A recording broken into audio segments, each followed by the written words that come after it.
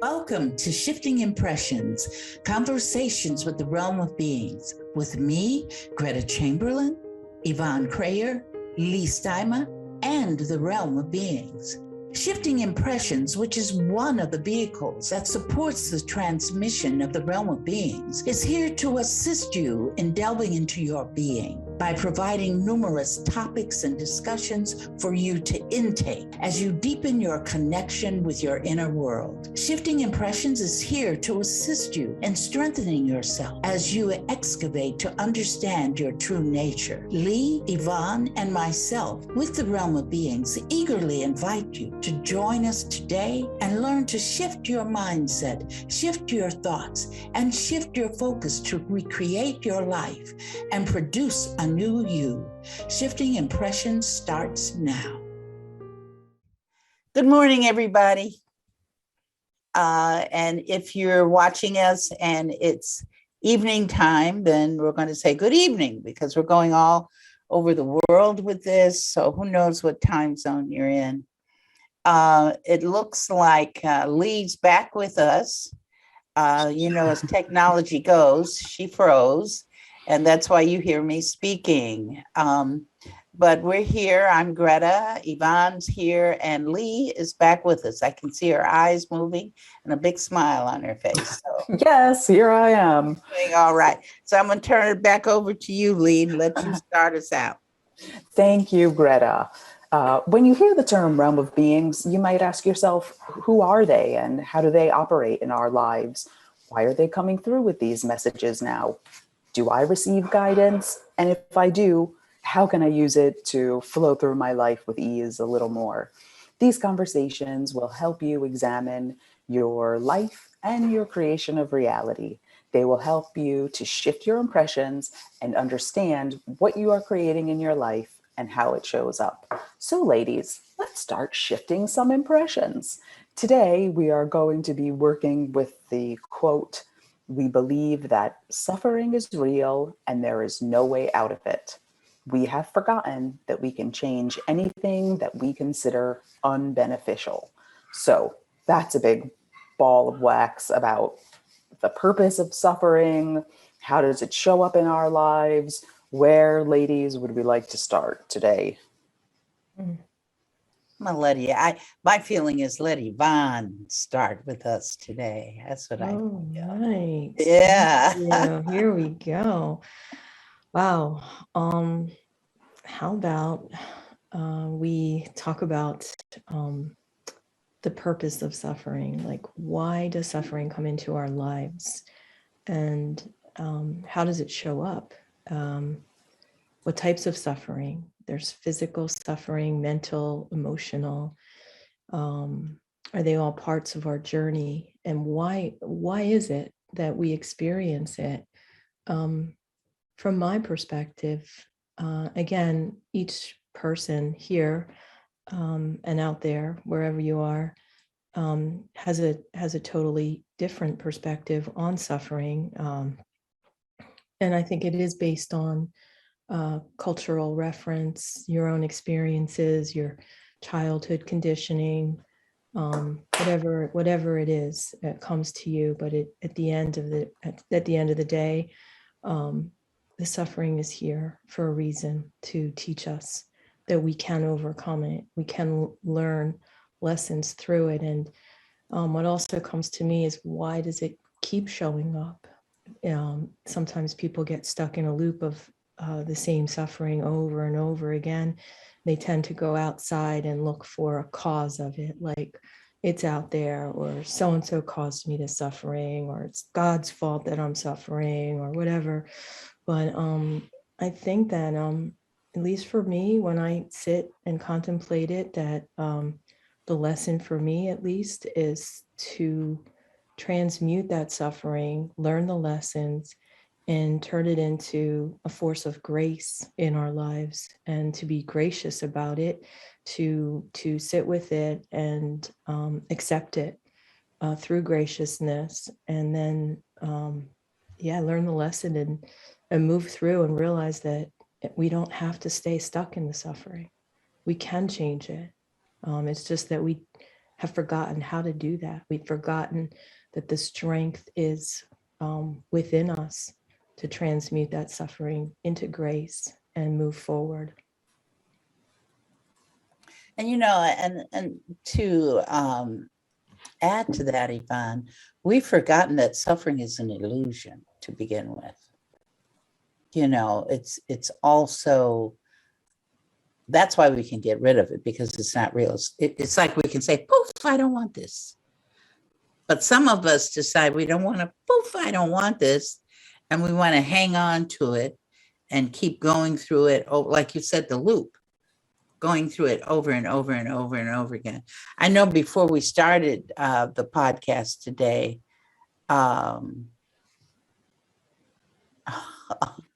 okay, Leigh, I love it. Leigh gave us a message. She said, poof, I might disappear. So we'll just keep on going this afternoon. We don't know, or this morning, whatever. Yes, I may be having some technical difficulties. So I may be out. Thank you, ladies, for picking up the ball and going with it. We'll suffer through it. Okay, great. Well, that's what I said. I seem to be suffering with my internet connection today. Well, I'm going to leave the two of you with that suffering, because I'm not going to suffer at all. That is something I do not wish to call up in my experience. So therefore, I'm going to ignore those statements, if you don't mind. Okay, sure. Ooh, my goodness. It's something you said this morning, Yvonne, and I've lost it, but it was such a poignant statement about suffering. And what I was going to say before Leigh started to fade in and out was that when we were talking before the podcast started, we were talking about how suffering has a different connotation for each person. And you're going to be impacted by your cultural framework, by your family framework, by your religious framework, where you're growing up, how you're growing up, by your epigenetics. Because someone living, and this is an example I gave of somebody living in the Amazon rainforest, suffering is going to be possibly different, more than likely, different than somebody suffering in Thailand. It'll be a whole different ballgame, because everything that we interact with is so different. But I think what you said, Yvonne, when it's something that, and the quote said it, it's something that we don't find beneficial. So that's going to be our judgment call on it. Is this beneficial for me, regardless of where you live, regardless of your ethnicity? Is this something that I consider to be beneficial? But let me add something to that, and then I'm going to turn it over to Leigh. She hasn't gone yet. I see her eyes moving. Okay, so it's relevance. What's relevant to you? What is your perception of beneficial? That and that's by judgment. That's what I want to say. That's a judgment call. What is beneficial to me may not be beneficial for you. But let me say this. Now, this adds a little quirk to it. Everything is beneficial. Ooh. How about that? Mm-hmm. Everything is beneficial. So we can take that suffering, that quote unquote suffering, and do a 360-degree turn of it. And then we can see, it's teaching me this. See, everything we go through is a teaching mechanism. That's why we're here. This whole experience called LIFE, known as life, regardless of how you're creating it to be, it's all beneficial because we're learning from it. Like when I was experiencing congestive heart failure, I looked at it as beneficial, because it taught me some things that had I not experienced it, had I not created it, I possibly would not have learned it as a strong possibility. So how we want to get to it is that everything is working for our good. Everything. If we can get to that point, then we can release. See, it's a release of the energy. Everything is energy. So if you really focus on, oh, I'm suffering, guess what? You're going to suffer, according to what you think suffering is in your mind. So you're going to keep doing it over. That was the loop that Yvonne was talking about, everybody. You just keep doing the same old thing over and over again. But once you release it and you see that, and then I think we'll probably in the second segment talk about repeat again how you can release it. One of the ways is to love yourself. That's a big one. I have another little input here that I always, when I recognize suffering in myself and sometimes recognize it and witness it in others, I take a pause and I ask the question inside my head, like, how am I dishonoring myself at this moment to cause that suffering? And that's kind of what I think does the shift in me from suffering into like changing that loop. And it's like, oh, I can choose not to do this if I just recognize, how am I dishonoring myself, or how am I dishonoring another person that I may be into a, with a relationship with, or a group even, to cause suffering in my life or in our lives collectively. So yeah, I think that question of how am I dishonoring myself or dishonoring another that could cause this suffering, and how can I change that? So that kind of gives you a little place to go deeper and do your inner work. Yeah. Mm-hmm. And you know what that does also, and I think we mentioned it either last week, the realm mentioned it, and that is about our own divinity. Mm-hmm. That when you're honoring yourself, as you said, Yvonne, that means we're recognizing the divinity in us. We recognize that we are divine beings and nothing more but that. It's just that the personalities that we have and some of the choices that we've made based on what personalities we've taken on can impact how we feel about ourselves, can impact on what is, quote unquote, my suffering.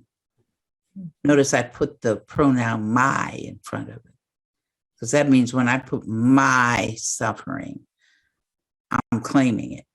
Right. You're owning it. You're not trying to be a victim of some outside force. You're taking responsibility for whatever that suffering is, which that to me is a huge piece of ownership. And I think that's how people get stuck in that loop. They constantly are blaming their suffering on something else. And that is a huge step in healing it and recognizing it and transmuting that energy and changing it, doing that 360-degree shift from suffering into grace, into the pathway of graciousness, to graciously somebody that has degenerative disease or cancer and is suffering physically horrendously. Sometimes you look at that and you're thinking, why do they have to do that? And they ask themselves, why me, God? Why me, God?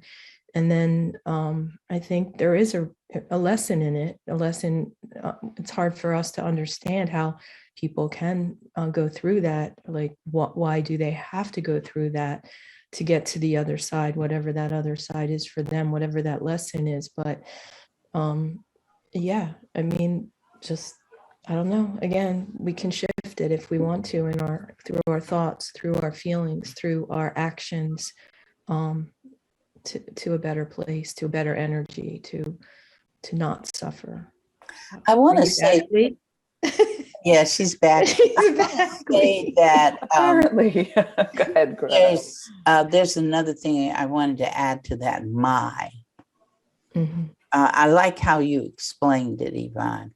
But I also want to say, when I say my suffering, you're also claiming it to be yours, and you're claiming it to keep it. So we want to say that we're responsible for it because we create our own reality. So if we're suffering, we're the ones that are creating that. But at the same token, like I said, everybody, I liked what Yvonne said about that that we're taking on the responsibility of what we created. At the same token, as you take on the responsibility of what you created, don't claim it to keep it. Correct. It's like some people, if someone is experiencing a cold, and you can say, well, how do you feel today? Oh, I have a cold. I have a cold. That means as soon as you say, I have a cold, then you are really keeping it. Mhm.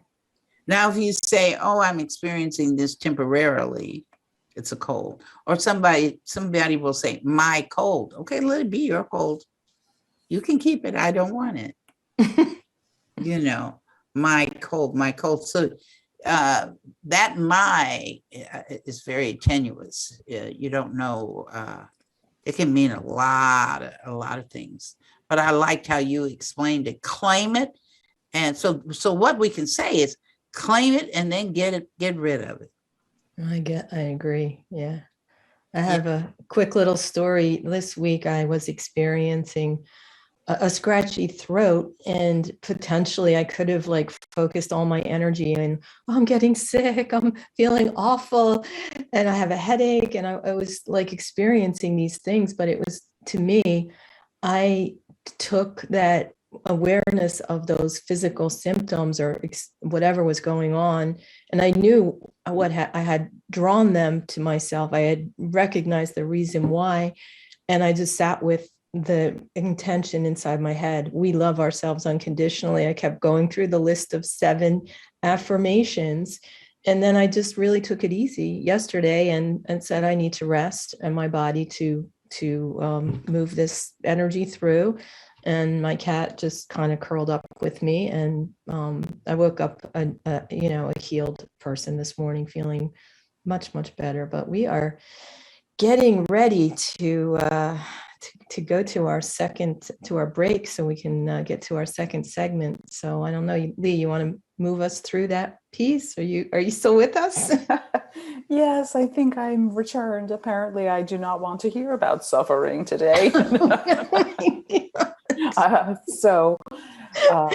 Thank you for listening to Yvonne, Gretta, Conversations with the Realm of Beings and Shifting Impressions.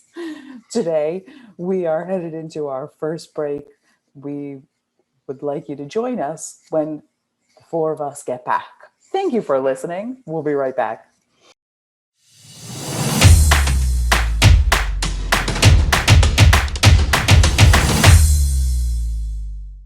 Welcome back. I'm Yvonne. I'm here with Leigh, Gretta, and the Realm of Beings will be with us in the next segment. We are on Transformation Talk Radio. The name of our podcast is Shifting Impressions, Conversations with the Realm of Beings. Every Friday, 11 a.m. Eastern, we talk about the quotes that have been provided to us by the realm. And today, the one that has come up for discussion on contemplation is the quote, "We believe that suffering is real and that there is no way out of it. We have forgotten that we can change anything that we consider unbeneficial." So, ladies, we're back, segment 2 here. And so far it's been interesting as Leigh has popped in and out and has on one level decided that suffering in her life right now, she's going to push it out once and for all. So no more. No more suffering, right? So one of the things that I mentioned that Greta just wants to clarify a little bit more is the idea of the affirmations and the tools. We always like to provide some tools that can help us shift our perspective, shift our impression, and become part of a solution to something, or grow and evolve to a better place in our lives, so we don't have to suffer. So Greta, if you wouldn't mind taking a moment to just provide some further information and clarity about those 7 statements that we talked in length about last week, and I just quickly mentioned here today. Right. What Yvonne was talking about was that the affirmation, it has 7 sentences. Because many of us are used to affirmations being 1 sentence long, or maybe at a max 2 or 3, we think of each sentence as an affirmation. For us, each sentence is called an affirmative statement that composes all together the affirmation.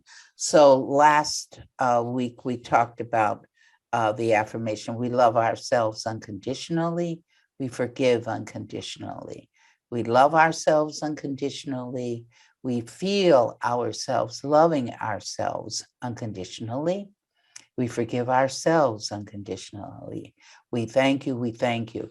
So that whole thing is equal to 1 affirmation.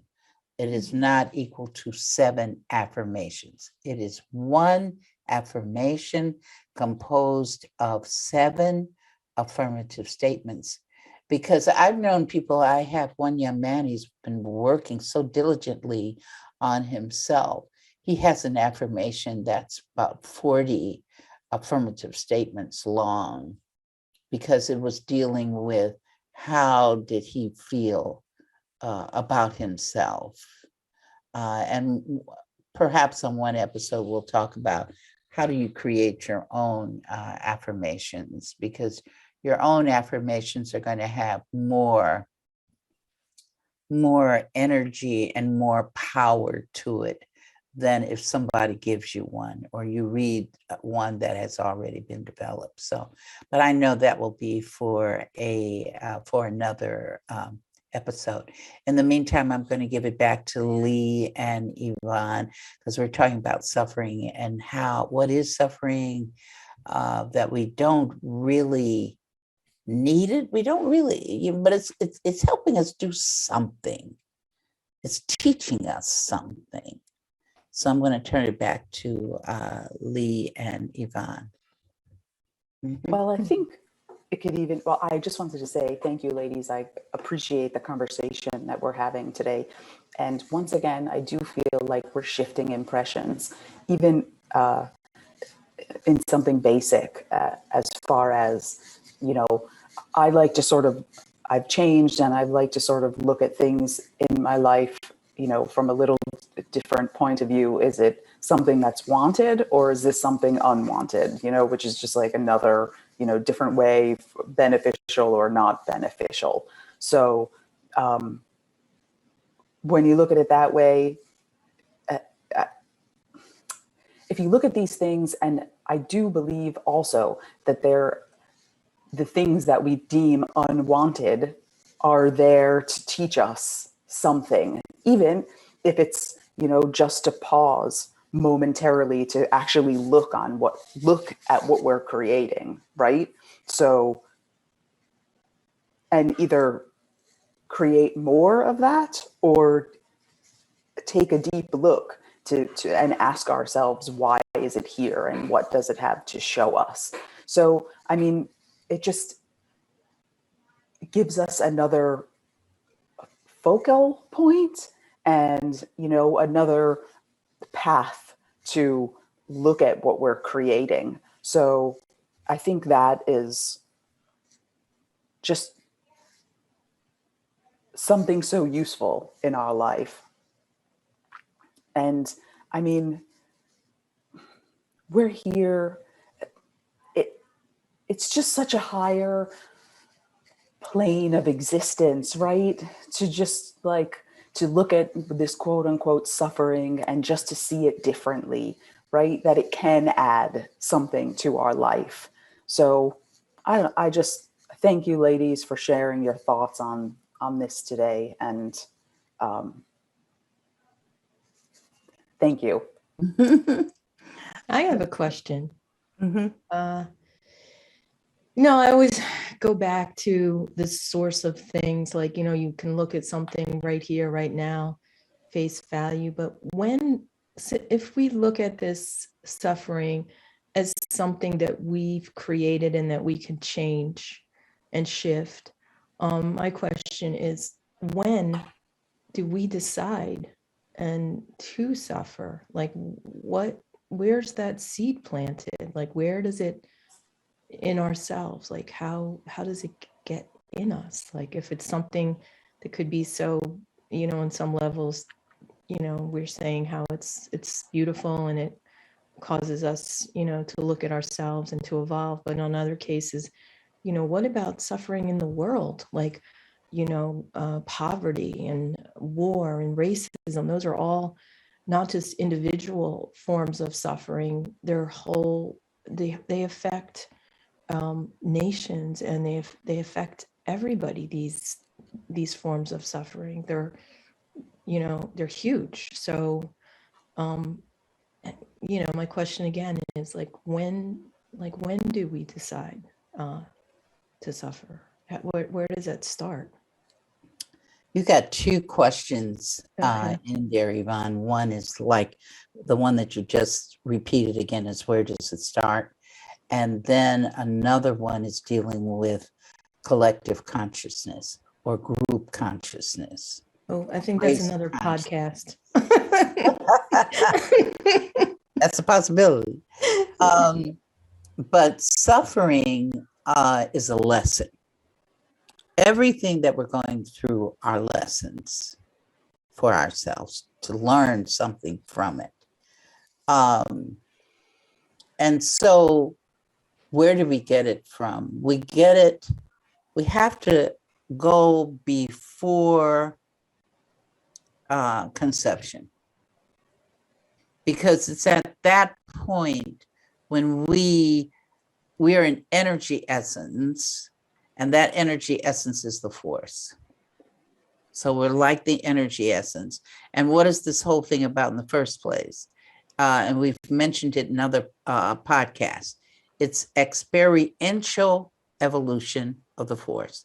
In other words, the force itself wants to experience these itself, because it can only experience itself because everything is itself.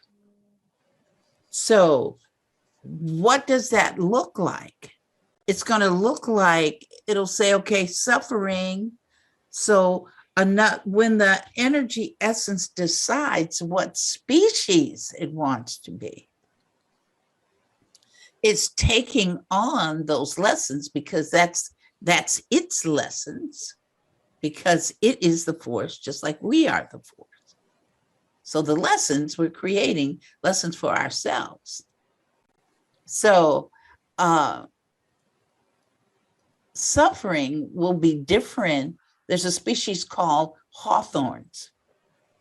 Okay, a hawthorn is going to experience suffering in its own reality that it is creating to be hawthorn. Okay, that's a whole total different species. Another species, Pleiadian. You can choose, I'm going to experience being Pleiadian, and I'm going to take these lessons and I'm going to turn them into my how that fits with me being Pleiadian. Now, for us, we decided that we wanted to experience being humanoid. We chose to be humanoid. After we chose to be humanoid. Then we already knew the lessons that we wanted to experience because we are the force. We create the lessons. So we already know that. So consequently, now I've decided I want to be humanoid. Now, how? Notice I said how, How. That's an important word. How am I going to learn those lessons? And that's what is your creation of reality. So if you've chosen suffering, then you can also choose your parents. We all choose our birth parents. Later on, we can choose to have other parents. We can get adopted. We can go into foster care. We can do all kinds of stuff. We can wind up living with our grandparents and being reared by them. Okay, that's another creation of reality. But in the meantime, we've chosen our parents. So with our parents, we solidify the species that we're going to be. We solidify the epigenetics, and we solidify the genetic makeup, which then influences our personality development and so forth, and what kind of experiences we're going to set with ourselves. So it occurs right then and there. Now, when we go through the conception process of being conceived, between these two parents that we have chosen, then we're getting into even more of the how am I going to do it? The suffering might be, I might have decided to place myself with parents who don't give a darn about me, that I'm being physically abused, sexually abused. I'm not being fed. So in my mind, I would consider that suffering, or as a child, I will consider that as an everyday occurrence, and everybody's going through that until I create to learn something different. Maybe when I go to school and I share what my life is like, the other children will tell me, oh, that happened to you. That's terrible. That's horrible. So therefore, I'm going to learn that what I thought was normal isn't, quote unquote, for this society is not normal. So we're learning in constantly. I'll give a good example is my eyes. When I was 10, before 10, no, it happened when I was 10, because that's when my father left. And a mental equivalency for eyes is that if something, you have an eye problem, that's because there's something you don't want to see. So at 10 years old, I did not want to see that my father was leaving, because he told me, Greta, I'm leaving. You won't see me again. I remember him saying that. Okay. So I didn't want to deal with that. So then I started to create to become nearsighted. Okay. Now I'm 10 and I'm seeing, my mother would take me to the movies. I would be happy about going to the movies, and I would look and I'd say, oh, look at that. And and I'm looking at it, and everybody else, I'm sitting there like everybody else. Okay. So then at school, they decide, well, I think something might be wrong. Well, no, they give children those eye tests. So, of course, I went with my other friends, our class, when everybody had their eyes checked, and it came back, Greta, you need glasses. You can't hardly see. Which to me, how I was looking at something was normal to me because it was my experience. It wasn't until they got me the glasses, I put them on my face. My mother took me to the movies, and then I saw what everybody else was looking at. And I said, wow, the movies didn't look like that at first. I said, this is better. This is better. Because without the glasses, everything was blur. And I thought this was normal. Everybody sitting in that theater saw exactly what I saw. You see, I related to, but when I put those eyeglasses on, and my mother took me to the movies, and I could see, oh my God, it was such a revelation at 10. An absolute positive revelation. So that's the suffering. It can go the same way. we don't know we're suffering until we learn that it's suffering. Gotta learn that. And then after we learn the suffering, then we know, I don't think I want this. Like Leigh was saying, you know, I'm fading in and out because I don't want to deal with this topic today. You know, I don't want to suffer. I'm through with suffering. You know, so it's how we view it. Everybody's view of suffering, like nearsightedness. Heck yeah, I didn't know I was nearsighted until somebody told me. I thought I was seeing perfectly. They were saying, you can't see. I can't see. You know, and that's how I learned. And that's how we're learning. We're creating to bring people to us to assist us in learning these lessons that we have been given. Now, see, there's a technicality in it because we're the force, so we give ourselves the lessons. See, that's the interesting part about this. Because some people say, well, we gave our lessons. Yeah, you did. You gave the lessons because you're the force, and the force has the lessons to learn because it wants to learn more about itself. Wow, that's a lot to sit with, Greta. We're gonna have to take some time to, I think, let that settle in and contemplate. And yeah. Can I just say something before we take a break? The longer I sort of sit here and listen, sometimes, the more I kind of can see the futility of, like, really, we have so much internal work to do.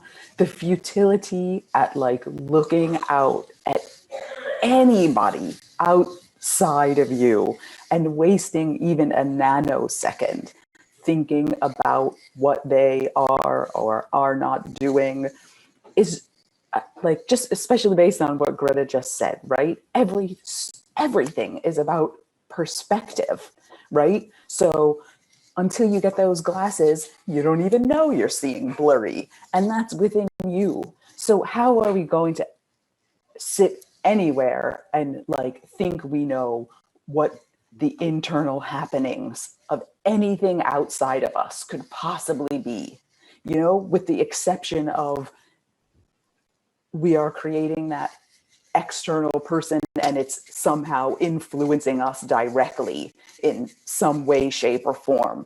But any of this business about, oh, look at what he or she is doing and how they're living XYZ life, I mean, is so far out of our scope. It's madness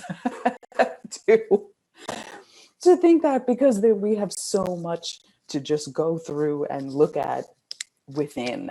And that's, like, always what Greta is talking about.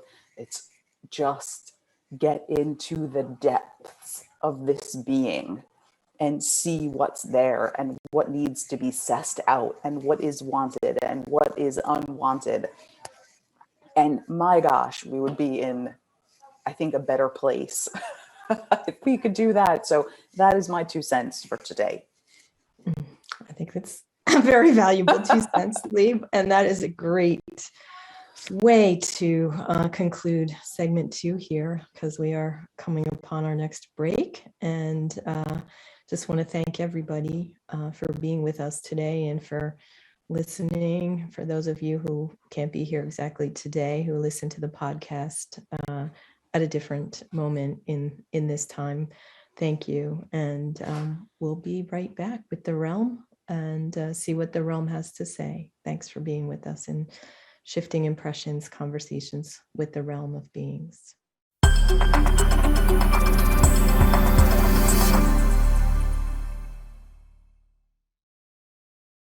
Hello, welcome back to Shifting Impressions, Conversations with the Realm of Beings. I'm Leigh, and I'm here with Yvonne, and Greta has stepped back, and we will see what the Realm of Beings has to say about our conversation today. Realm, are you with us? Yes, we're here. Hello. Today we have been discussing the quote, "We believe that suffering is real and that there is no way out of it. We have forgotten that we can change anything that we consider unbeneficial." What say you, Realm, today about this? Well, what is suffering? And you ladies have been talking about suffering. One thing, people go into a hospital or people become ill and suffer and think there's nothing they can do about it. One thing is to see yourself healthy, regardless of what is upon you, that you've created to be upon you. Always see yourself well. Always see that. Because what you see is what you're getting. Remember, you had a talk about mental equivalencies. Your body is very interesting. It has been constructed to show you what it is you are thinking in your unconscious. You don't want that in your unconscious, then tell it, hey, look here, I don't want to experience this anymore. You don't have to show it to me anymore. But thank you. Thank you for showing me, but I don't want it anymore. I am healthy. I am healthy. Everybody see yourselves healthy. We're going to deal with health this morning, if you don't mind, Leigh and Yvonne. We're going to deal with health. What more would you like to say about health? Well, one thing, if you get a cold, people think they're sick. I'm sick. I got this virus. I'm sick. Well, whoop-de-doo, look what you created for yourselves. You'll see. So you want to uncreate it, then you see yourself healthy. Then what you're going through is not going to be as strong. If you think, oh my God, look what's wrong with me. I'm sick. I'm sick. Somebody help me. Well, there you go. There you go, deeper and deeper and deeper and deeper. What's that young character? She's got blonde hair. Was Alice. Alice in Wonderland. You know, you see her hopping down the not hopping, what she doesn't hop. She falls down the hole, basically. Yeah, rabbit hole. Yeah. Yeah, that's what people like to go. They like to go into the rabbit hole. Yeah. So is it really that easy, Realm, though? I mean, some people create to suffer with illness after kind of lifetimes of their creation. So I feel like when you say, oh, just vision yourself healthy, it sounds very simplistic. And I think people need more tools than that. Well, that's because it is simplistic. We have to make it a little bit harder. But for those of us that make it a little bit harder, then what you're going to do is you might go to a medical doctor. The medical doctor will say, let's give you an MRI. Let's give you, what do you call those things? X-ray. Let's do this. Let's see what's going on with your body. Let's take a blood test and see what's happening. Then they'll say, oh, there's a tumor on your brain. The idea is don't panic. Don't panic over any disease or physical tribulation. Don't panic, because your trueness, your divinity is in what you would call perfection, which is also a judgment call, and it's also a perceptual statement. So, but then let's take on love of self. You see, if you're not feeling well, or you created to get cancer, you created to entertain this little virus that's going around, if you created to experience that, be cool and calm. Don't panic. Just say, now, how can I get rid of it? I want to change it. So once you see I'm healthy, but I want to change it, then you're going to bring around yourself. But wait a minute, let me tell you this. You've got to love yourselves. When you love yourselves, then you're going to bring the appropriate doctor. You're going to bring a functional medicine doctor. You're going to bring a chiropractor. You're going to bring a social worker. You're going to bring a psychologist. You're going to bring a slew of friends that will support you in eliminating that discomfort. Somebody might say, the doctor will say, well, you know, it's not so bad. Let's do chemo. And you go, oh my God, I don't want to do chemo. I don't want to do chemo. Just see chemo as a way of helping yourselves. But if you don't want to do chemo, then create to find something that's different but does the same thing. There's so many probabilities. See, the important word in this is CHANGE. Change the sucker. Change what you're doing. And one of the changes, most definitely, when you are supporting, notice what I'm saying, when you are supporting a health challenge, you've got to support it for it to want to live and for it to want to exist. When you say, I don't want this anymore, then you're going to figure out how to change it. And there's so many probable ways of changing it. So, Realm, I just was thinking here. So, if we, in the beginning of this shifting impressions, I always say, do we all receive guidance and things like that? And how does it operate in our lives?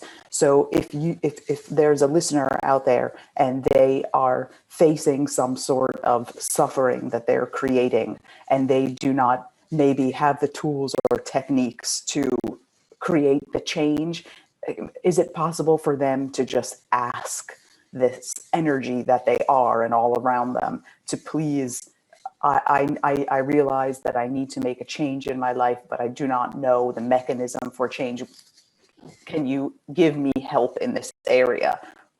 Is that something that the source energy is capable of sending their way? Oh, yeah. Mm-hmm. Oh, yeah. All you got to do is ask. See, most people don't think of asking. That's one of the simple ways. Right. Show me how to change this. Show me. But then you've got to be open to the showing. Yes. Yeah. See, if you're not open to the showing, it's a waste. Because then you can say, no, I don't want to do that. Right. It's like, some people, you tell some people, well, you know what, going right, because they can't tell you what to do. We will never tell a person what to do. We can, if they ask, they said, well, show me. Sure, we will show you this. We may show you more than one thing. Okay. But the decision is yours because the reality is yours. You see us coming through Greta. You see us as the realm of beings. But we want you to know we're creating our reality as well. Don't think that we are such in a quote unquote high beings that we don't create our everything in existence creates its own reality. Everything, including us. It's just that the realities that we create are different, possibly different than what the realities that you as humanoids create. We're not human. We do not have physical bodies. We are a species of pure thought. That's why we come, so you can hear us. We come through Gretta's body. She has given an agreement with us. We work together. But we create the reality as well. Thank you, Realm, for joining us today. It's always a pleasure to hear your guidance and what you have to say. Thank you, listeners, for staying with us for this hour and shifting some impressions. Until next time, until we create each other again. Thank you. Once again, thanks for joining us at Shifting Impressions, Conversations with the Realm of Beings on TransformationTalkRadio.com. As you have explored today's creation of reality experience with Leigh, Yvonne, the Realm, and me, Gretta, each of you is being supported by us in further developing the understanding that you are not just an individual existing in linear time and space, but a multidimensional force of infinite possibilities who is connected to all. So begin to create the realities you want. Join us every Friday at 8 a.m. Pacific Time and 11 a.m. Eastern Time on Shifting Impressions at TransformationTalkRadio.com. So long until we create each other again next Friday.